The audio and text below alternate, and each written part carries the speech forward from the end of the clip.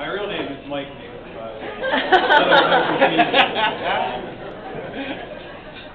Rowdy is kind of a nickname, I guess we could say. Before I get into my toast of the lovely couple, I'd first like to just take a moment to thank a few people, because without them, both, I guess literally and figuratively, this wouldn't happen today. So, Rich and Melba Hiley, give them a round of applause.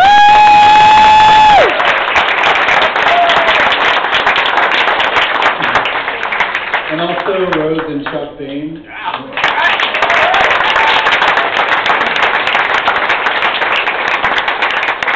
Great people, and obviously great to see these two families coming together. I also want to make sure we take time to recognize the most beautiful lady in the room tonight, Liz+Greg.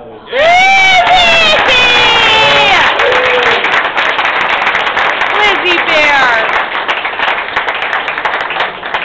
Liz has really put a lot into this wedding. The planning, execution of everything has been fantastic. I think we can all agree that the ceremony was excellent.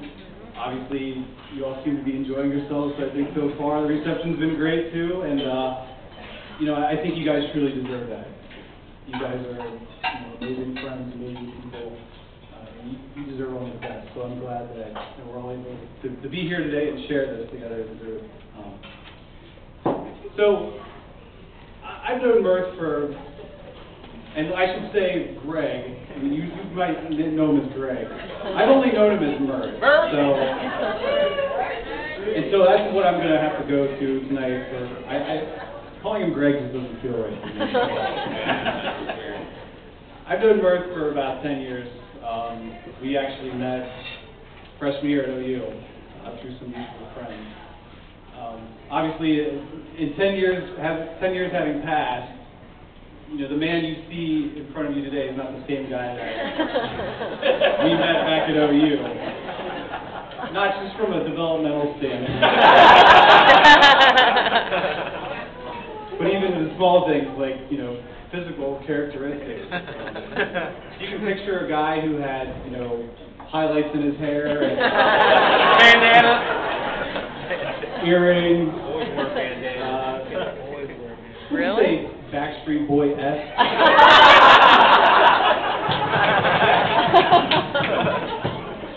But he pulled it off. It worked for him. Honestly, it didn't scare me away. And that also, that was the guy that Liz fell in love with. So. This was about 3 years after the boy band craze was the late 90s. 3 years, yeah, she's still not over it. She goes to New Kids on the Block concert.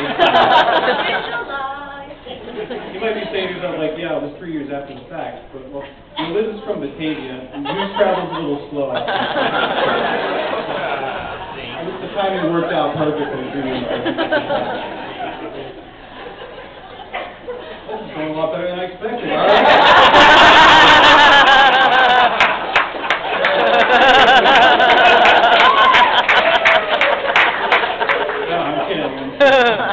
I knew in my mind it would be lights out. Speaking of music, if you know anything about Mirth, you know the one thing about him is that he's very passionate about music.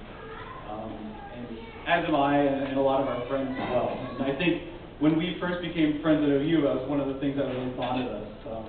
We were both really into hip-hop music, so obviously, a couple of white guys from the suburbs going to school in Akron, Ohio, it only makes sense we would bond over hip-hop. But realistically, it was something that, and you can see by the poem that he selected for the wedding today, he's always been very much into poetry and lyrics, and he's a very deep individual. And so, we actually formed a band when we were at OU. Noble Savages, maybe you heard of us.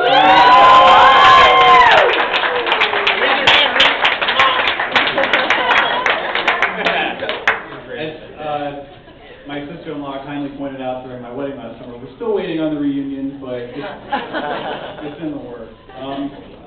But one of the things about that is, you know, we played together for about 2 years, and we were, you know, playing out about at least 1 to 2 nights a week usually, and no lie, the whole time, pretty much every show you could count on it in the front row, supporting, cheering, you know, being there for us, and for Mirth especially with Liz. And I just thought that was always something that, you know, meant a lot, because, you know, there's only so many, we didn't have a whole lot of songs. How many times you can pay $3 at the door and hear her sing. She loved it. I mean, maybe she just loved him more than, who knows. But either way, we thought that she was there, and I thought that was, you know, always something that was really special. Because, you know, like I said, you know, Mirth was very passionate about music, and Liz was always very supportive of him. And I thought that was really important, really notable. As he mentioned in his speech earlier, he kind of set me up pretty well. I didn't ask him to, but you know, Liz has displayed a lot of patience over the years with my man here. So, in addition to the things already stated, you may not know, but Mirth was a vegetarian for quite a while, and I think Liz probably had more than her fair share of tofu and soy than any carnivore should have to eat. I think. You know, in support of Mirth, I think it made sense. But you know, Mirth is clearly one of my best friends. We've shared a lot of really significant experiences over the years. You know, through music. You know, we've gone backpacking on the Appalachian Trail.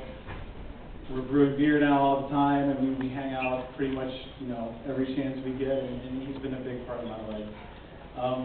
The thing I've learned about Mirth is that he is, like I said, a very caring, loving, giving person. But Liz, you probably already know this, but just to kind of remind you a little bit, sometimes you have to decipher through some of his words to get to the true meaning. For example, when he mocks you for drinking your craft beer out of the bottle and not in a glass, it's not because he's a beer snob, it's because he wants you to enjoy the full flavor and aroma of the beer. He's looking out for your best interest. When he was questioning my manhood, when he was regularly,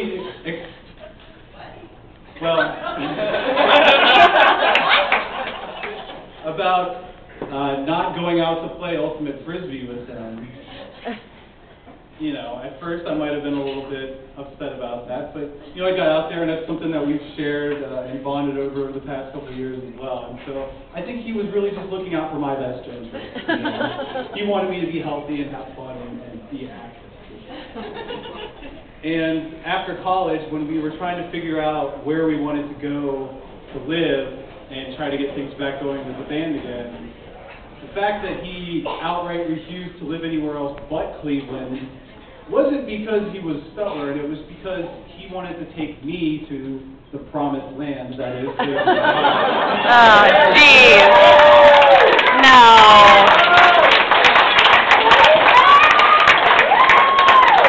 Boo. He mentioned something right. And he will never let me forget that if I had not gone to Cleveland, then I never would have met my lovely wife. So. But again, you know, just goes to show, he's fully invested in the people around him. He'll use any tactics he has to get the best for everyone. You know, if you look around, you'll notice that there are a lot of friends here that Mirth and Liz have had for a long time. And, you know, that kind of really speaks to their character. The fact that, you know, they are very caring, loving, generous people, and they're able to build and sustain these friendships over a long period of time. I think if you look around and see the family, the friends, you'll know, you know, if it is true that you can judge people by the quality of the friends that they have and the company that they keep, then obviously you can say that they're just two outstanding individuals. And we're really happy that they're together. You can applaud for that if you want to.